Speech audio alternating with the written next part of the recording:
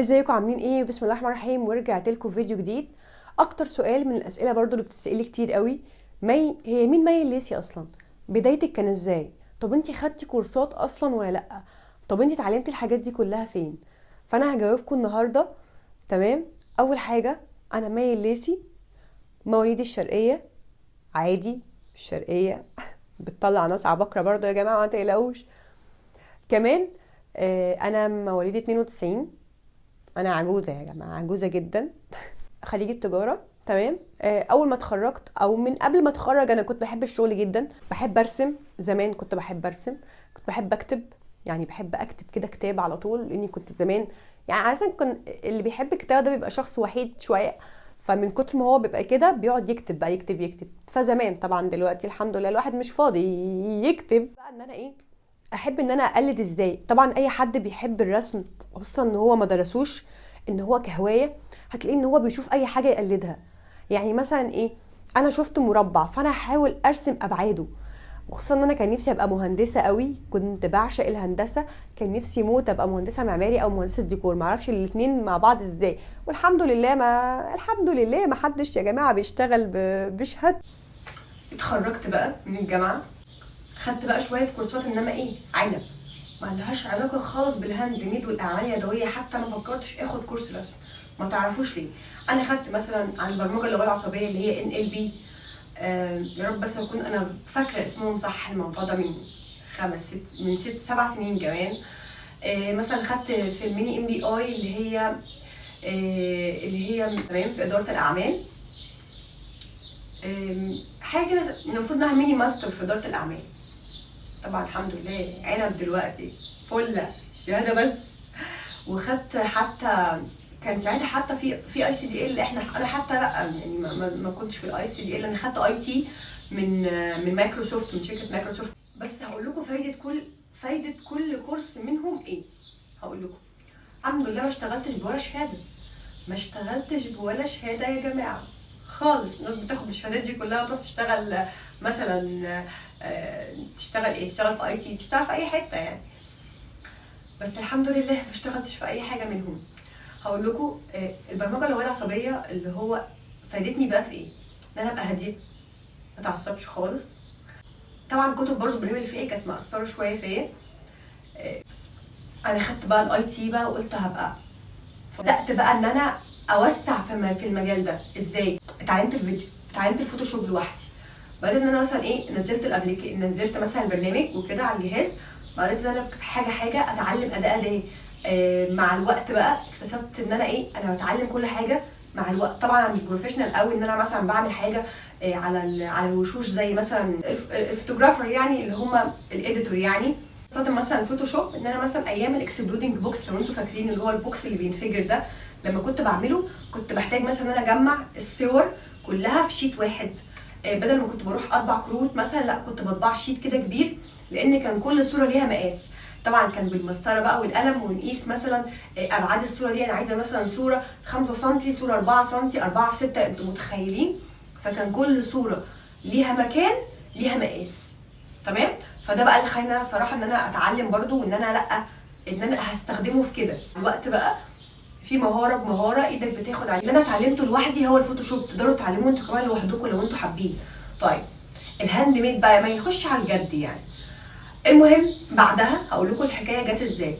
الحكايه ان انا مرات ابن عمي كانت بتشتغل، هي اصلا مهندسه ديكور ما شاء الله عليها، شاطره جدا، وكانت بتشتغل الديكورات البالين دي. فاخدتني معاها مره في مره، فكنت بساعدها. يعني بصوا ابتديت ازاي، كنت مساعده. وهقول لكم كنا بنبتدي ازاي. ما كانش بقى فيه استنداد حديد وشيل وحط ساعتها، ده كان من زمان، 6 سنين 7 سنين كمان، ممكن يكون اكتر كمان. كنا بادئين ازاي، عارفين ستاند البالون كنا بنعمله ازاي؟ طوبتين، عارفين الطوب المخرم بتاع البنا ده؟ ماشي. عارفين الماسوره الرفيعه اللي انا عملتها معاكم قبل كده زمان، كنا بنحطها في الماسوره الحديد بس رفيعه. كنا بنحط طوبتين، نجيب طوب طبعا قبل كل ايفنت لازم نلف كده، ننزل في الشارع عشان نجيب كام طوبه ونحط فيها الماسوره. ماشي. وطبعا بنغلفها بقماشه ونرص البلالين صف صف صف صف. ده غير ان اوقات كتير قوي كنا بنستخدم المنفاخ اليدوي. فالموضوع زمان كان صعب جدا، انتوا مش متخيلين. مع ذلك انا معرفش انا ليه كملت، انا بجد كملت ازاي. هي مع الوقت ابتدت انها تبعد، لانها طبعا في الاول وفي الاخر مهندسه، اتجهت لشغلها. انا بقى لقيت نفسي مشدوده. بدات بقى مثلا ايه لقرايبي، واحده صاحبتي مثلا اتجوزت ولا حاجه، طب ما انا ممكن اعمل لها جيست بوك كده واشوف رد فعلها ايه كهديه، فاعملها والاقي نفسي ايه ده، الله شكله حلو، ده عجبها جدا. بدات بقى ان انا اعمل حاجه بالظبط، حاجه يعني كمان زمان ما كانش في مثلا البرنامج مش عايزه اقول اسمه يعني، اللي الناس بتاخد منه دلوقتي الصور وتنفذ شبهها وكده، لا ما كانش فيه. احنا كنا نجيب الحاجات دي من دماغنا يا جماعه، انتوا بتهزروا. حتى الطرق، حتى الحاجات دي تقريبا انا بعد الاكسبلودنج بوكس ده انا قعدت بقى فتره اشتغل اكسبلودنج بوكس بس، ما كنتش بعمل حاجه تانية غيره. بعدها بقى قلت بقى اعمل فيديو على عروسه الشراب دي، كنت بعملها، حتى انا كنت مصوره ساعتها التصوير بتاعي. طبعا مش عايزه هقول لكم كمان ادوات التصوير ازاي نصور ونطلع صوره بيرفكت، بس انا هقول لكم انا كنت بعمل ايه. كنت تقريبا بربطها، بعلقها مثلا في ايد مقشه، بعلقها كده في حبل في المروحه اللي فوق. فلا احنا كنا بنشوف العجب، او احنا عملنا العجب ساعتها، بس كنا بنحاول ان احنا نعمل اي حاجه. وكان بالموبايل اللي كان موجود ساعتها، الله اعلم انا مش فاكره ساعتها كان الموبايل عامل ازاي، بس كان بالموبايل اللي كان موجود، وبنعمل مونتاج بالموبايل.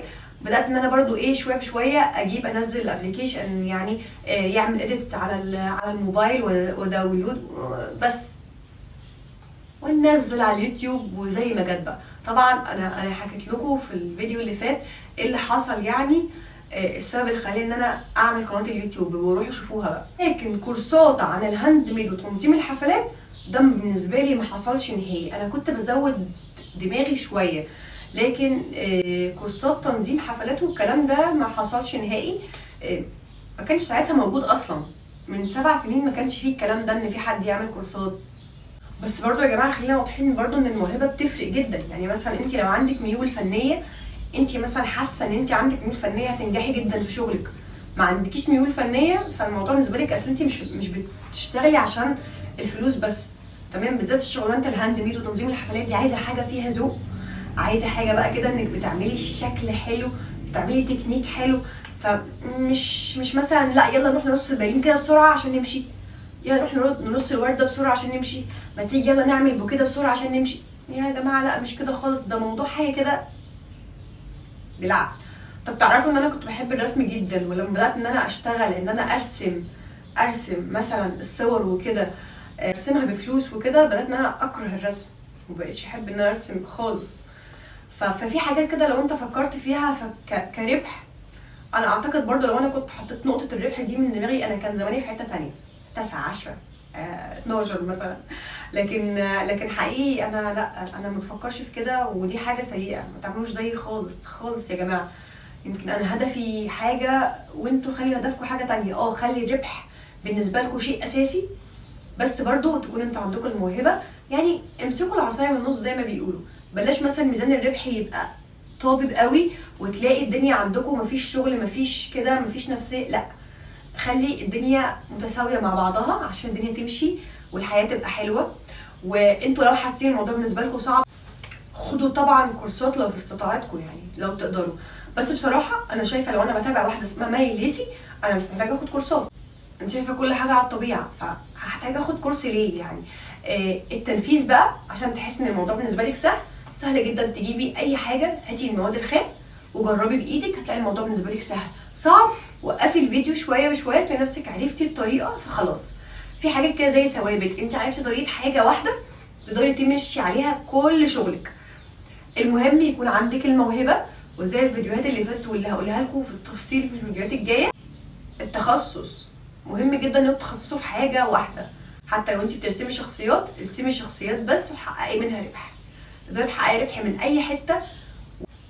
انا برضو عايزه اقول لكم ان انا بعد ما اتخرجت وبعد ما خدت كورسات دي، اشتغلت شويه فتره في السياحه، وفي نفس الوقت انا كنت بشتغل في السياحه كنت مثلا ايه في وقت الفراغ ان انا بحاول ان انا على قد ما اقدر اشتغل هاند ميد. بس بصراحه يعني الشركه عموما اللي انا كنت شغاله فيها او كده كانت بتخلي الوقت طول الوقت ان انت مشغوله ومش فاضيه ويومك كله طاير. وانا بصراحه ما كان اهم حاجه عندي الوقت، ان انا لازم وقت لنفسي، وان انا ابقى يعني اشتغل حاجه لنفسي وتبقى انت حاجه فيها انت رئيستك وكده. بعدها كمان بعد ما اشتغلت كنت بعمل تيكتنج اللي هو تذاكر الطيران وكده. بعدها اشتغلت في السياحه الداخليه. لان انا بعشق السفر، يعني من محبين السفر بقى والتنطيط، انا اصلا يعني ما بقعدش خالص. كنت مبسوطه جدا ومستمتعه جدا بالشغلانه دي، ولو كنت استمريت فيها كنت هفضل مستمتعه. بس برضو الست ملهاش غير البيت، بس مش معنى ان هي في البيت انها تبقى قاعده في البيت حاطه رجلي على رجلي تتفرج على المسلسلات. لا لا لا خالص.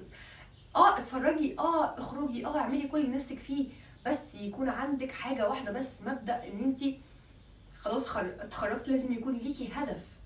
انت هدفك ايه في الحياه؟ اهم حاجه اسالوا نفسكم هدفكم ايه في الحياه. انت حابه تدخلي الشغلانه دي ليه؟ عشان الفلوس؟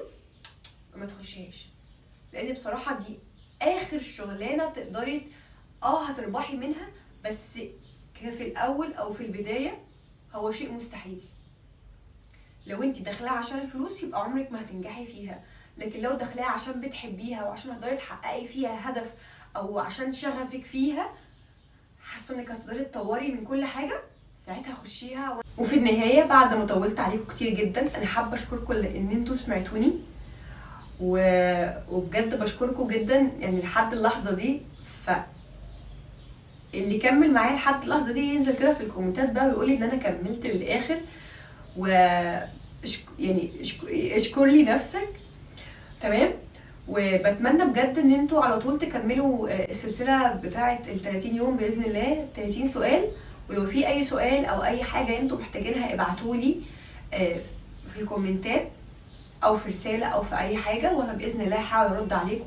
حتى لو ما قدرتش فبعد ان شاء الله الشهر ده ممكن نحاول نعمل سلسله تانية لو احنا خلصنا 30 حلقه وتمام، نقدر نعمل 30 سؤال يعني.